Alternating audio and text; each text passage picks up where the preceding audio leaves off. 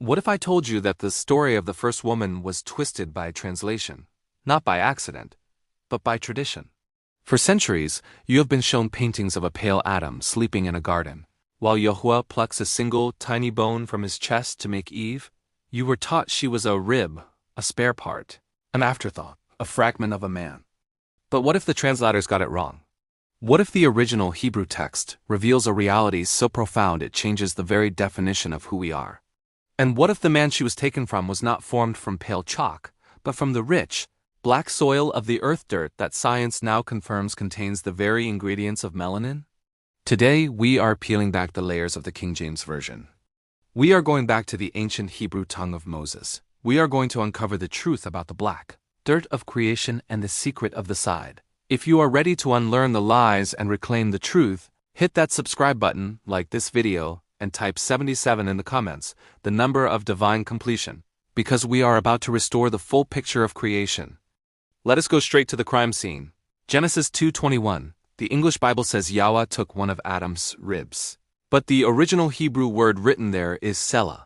Here is the shocking truth. The word Tsela appears more than 40 times in the Old Testament. And do you know how many times it is translated as rib? Only here. Everywhere else in Scripture, Tsela means something massive. In Exodus 25, Yahuah commands Moses to put rings on the sides, Tsela, of the Ark of the Covenant.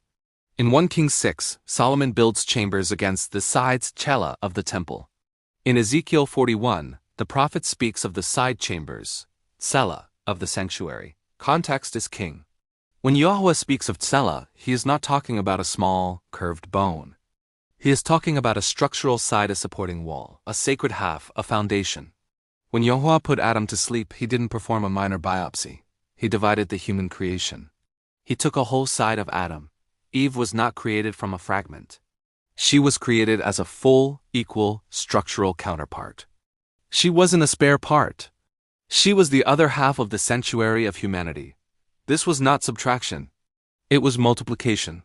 Yahuah took one being and built two so that together, side by side, they could reflect his full image. But who was this man that was divided? Look at the dust. Genesis 2:7 says Yahuah formed man from the dust of the ground. The Hebrew word for ground is Adamah. Adamah does not mean white sand. It doesn't mean gray clay. Adamah literally refers to soil that is reddish-brown, rich, and fertile. The very chemistry of the earth confirms the identity of the first man. The minerals in that rich, dark soil, iron, copper, magnesium, are the exact same elements that give pigment to human skin. Yahuah did not sculpt humanity from the chalk of Europe. He sculpted us from the rich, fertile soil of the Afro-Asiatic world. The first color of life was not white. It was earth. It was brown. It was black. When Yahuah breathed into that dark clay, he activated melanin. Science tells us that melanin is a shield. It absorbs light, protects from the sun's fire, and preserves life. It is the chemical signature of endurance. So when you see the dark skin of the ancients, you are not seeing a curse. You are seeing the original blueprint. You are seeing the soil of Eden, the Adamah, still living and breathing today. So put the pieces together. You have a man formed from the rich, black soil of the earth, possessing the divine spark. And from his side, not his rib, Yahuah builds a woman.